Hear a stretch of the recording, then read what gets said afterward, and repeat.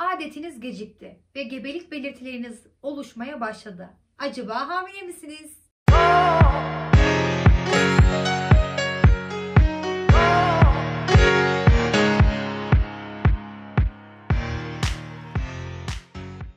Merhaba arkadaşlar. Bugün en çok merak edilen ve yorumlaması biraz kafa karıştırılan bir şey anlatacağım.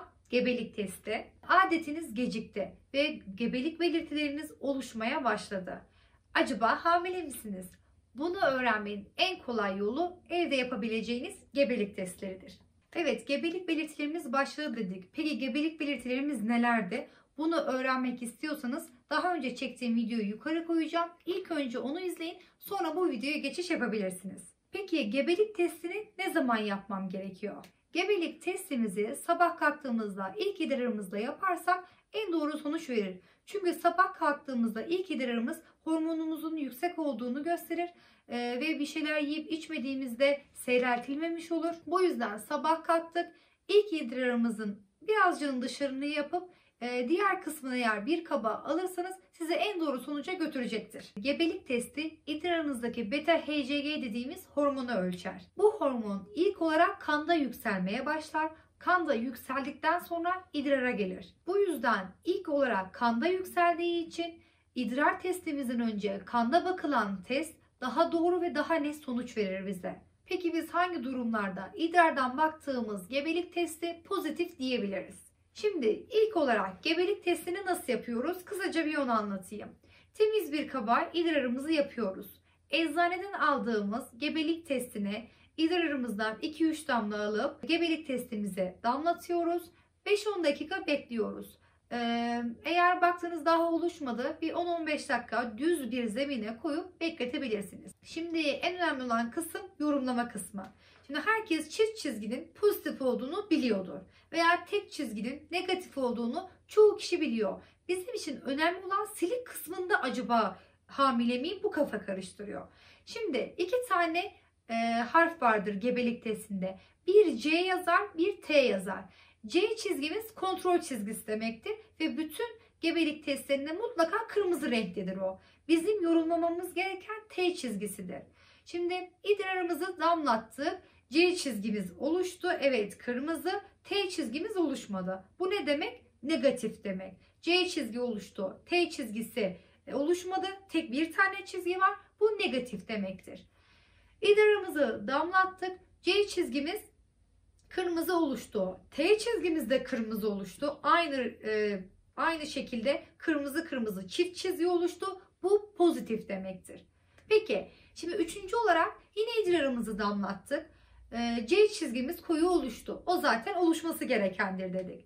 T çizgisi böyle çok hafif silik bir şekilde oluştu. Fotoğraflarda da göstereceğim. Çok az bir şekilde çıkıyor çizgi veya böyle hafif bir çizgi şeklinde çıkabiliyor veya C çizgisi kadar koyu çıkmayabiliyor. Bunda ne diyoruz? Bunda da evet pozitifsiniz diyoruz. Peki neden o kadar koyu çıkmıyor da böyle çok silik tarzda çıkıyor? Büyük ihtimalle heyecanlandığınız için ve o ay gebeliği beklediğiniz için çok erken yapmışsınızdır testi. Bu yüzden gebelik testi de çok erken zamanda yapıldığı için daha idrarınıza gelmemiştir. Kanda bakıldığında mutlaka eğer gebeyseniz kan testinizde çıkacaktır. Ama idrarınıza gelebilmesi için mutlaka adetinizin geçmesini beklemeniz lazım. Diğer sorumuz da evde yaptığımız gebelik testleri %100 sonuç verir mi? Hayır, %100 sonuç vermez. %70 oranında gebesiniz diyebiliriz. Ama %30 oranında bir yanılma payı vardır. Bu yanılma payı zaten çok duymuşsunuzdur. Gebelik testi yaptım, pozitif çıktı ama hamile değilmişim. Veya tam tersi, gebelik testi yaptım, negatif çıktı, hala adet olmuyorum. Gittim aile hekimliğine veya doktora, kan testi yaptırdım, pozitifmişim. Gebelik testim yanlış çıkmış. Evet, böyle şeyler olabiliyor. Birincisi test yanlış olabilir ya da çok erken bir zamanda yapmışsınızdır. Daha idrarınıza hormon gelmemiştir, kanda bellidir. O yüzden negatif sonuç verebilir. Şimdi %70 oranında doğruluk payımız var dedik ama %30 oranında ya çift çizgi çıkar ama hamile değilsinizdir. Ya da negatif çıkar, rahatlarsınız. Mesela mesela gebelik istemeyenler özellikle negatif çıkar. O hamile değilmişim der ama hala olmaz. Bir doktora gider, aslında hamiledir. Bu yüzden gebelik döneminde ilaç kullanımı veya dikkat edilmesi gereken durumlar için evde yapacağınız gebelik testini evet yapabilirsiniz. Ama mutlaka adetiniz geçtikten sonra yapın. Çok heyecan verici bir durum. Özellikle gebelik bekleyenler için hemen öğrenmek istediğinizi çok iyi anlıyorum. Ama yanlış sonuçlar oluşmaması ve boşuna sevinç veya üzüntü yaşamamanız için mutlaka adetinizin geçmesini ve özellikle 2-3 gün geçmesini bekleyin. Bu size daha doğru sonuç verecektir. Şimdi adetiniz geçti. Test yaptığınız silik çıktı. Hemen gidip kan testi yapmanıza gerek yok. Silik çıktı. 2 gün daha bekleyin. 2 gün sonra test yapın. Testiniz yine silik çıktı veya koyu renk çıksa bile mutlaka aile hekimliğine gidip kan testi verin. Kan testinizin sonucuna göre zaten size aile hekiminiz kadın doğum uzmanına yönlendirecektir. Peki kan testinde pozitifliği nasıl anlarız? Şimdi bunu anlatayım. Kan testi yaptırdınız. Kan testimizde beta HCG dediğimiz hormona bakıyoruz. Beta HCG eğer 5'in altındaysa sonucumuz negatiftir. Ama kan testimiz 5'in üzerinde çıktıysa sonucumuz pozitiftir. Kan testimizi yaptırdı. 5'in üzerinde çıktı. 2 gün sonra kan testimizi tekrarlıyoruz. Neden tekrarlıyoruz? Beta HCG dediğimiz hormon 2 gün sonra %60 ya da %100 oranında yükselmesi gerekiyor. Yani 2 günde bir 2 katına çıkmasını bekliyoruz. Gebelik oluşu diyebilmemiz için. Peki aile hekimine gittik. Kanımızı verdik. Kanımız 5'ten yukarı çıktı. Hemen doktora gitmeli miyim? Hayır. İlk önce adetimizin geçmesini bekliyoruz. Adetimiz geçti. Gebelik aile hekimine gittik. Gebelik testimizi yaptırdık. Sonucumuz 10 veya 30 küçük rakamlar çıktığında mutlaka bekleyin. Çünkü kandaki hormonunuz 10, 30, 40 gibi küçük sayılar çıktığında ve siz kadın doğum uzmanına gittiğinizde o bebeğinizin kesesini göremeyecek. Bu yüzden hemen heyecanla kadın doğum uzmanına gitmenin hiçbir anlamı yoktur. Bu yüzden doktora gittiğinizde sizin gebelik kesenizi göremeyecektir ve sizi geri yollayacaktır. Bir hafta sonra gelmenizi isteyecektir. Neden böyle oluyor? Gebelik oluştuğunda gebelik kesesinin görülebilmesi için beta HCG dediğimiz hormonun 1500 seviyelerine gelmesi lazım. Yani siz test verdiniz, 30'larda 100'lerde çıktı. Hemen koşa koşa doktora gittiniz.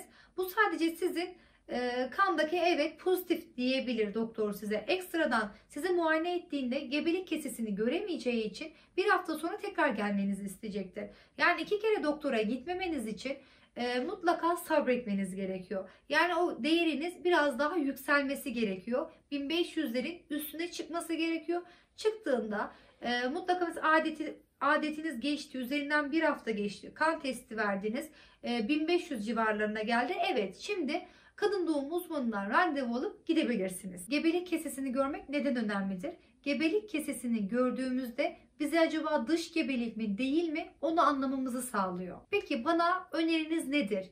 Test yaptım, işte pozitif çıktı, negatif çıktı, silik çıktı. Ne zaman doktora gideyim diye sorarsanız, eğer istenilen bir gebelikse beklemek çok zor biliyorum. Adetiniz geçtikten sonra idrar testi yapmanız, idrar testiniz koyu kırmızı çıktıktan sonra kan testi vermenizi öneririm. Neden bu şekilde diyorum? Çünkü erken yaptığınız testlerde kimyasal gebelik veya dış gebelik dediğimiz olaylar oluyor. Ve bunlarda da idrar testinde çift çizgi yani pozitif çıkabiliyor. Ve bu durum sizi üzebiliyor. Aslında siz test yapmasaydınız vücut kendiliğinden otomatikman onu atacağı için siz dış gebelik mi, kimyasal gebelik mi yaşadığınızı anlamayacaktınız bile. O yüzden mutlaka adetinizin geçmesini bekleyeceksiniz. Dış gebelik, kimyasal gebelik de ne diye merak edersiniz. Mutlaka başka bir videoda bunu da çekip size anlatacağım. Size son olarak önerim de doktora gitmeden önce mutlaka son adet tarihinizi bilin. Son adet tarihinizin ilk günü. Yani şu gün başladı, şu gün bitti. Bu bizim için önemli değil. Ne kadar sürdüğü, ne zaman bittiği Önemli değil. Siz doktora gittiğinizde doktor size ilk son adet tarihi ne zamandır diyecek. Çünkü biz her şeyi sizin son adet tarihinizin ilk gününe göre hesaplıyoruz. Bu yüzden de son adet tarihini bilmeniz çok önemlidir. Bunu mutlaka öğrenip de kadın doğum uzmanına gidin. Gebelik testi de bu şekilde. İnşallah anlamışsınızdır. Kimyasal gebelik ve dış gebelik merak edersiniz. Onu da mutlaka başka bir videoda anlatacağım. Aklınıza takılan sorular olursa yorumlar kısmına yazarsanız cevaplarım. Teşekkür ederim. Hoşça kalın.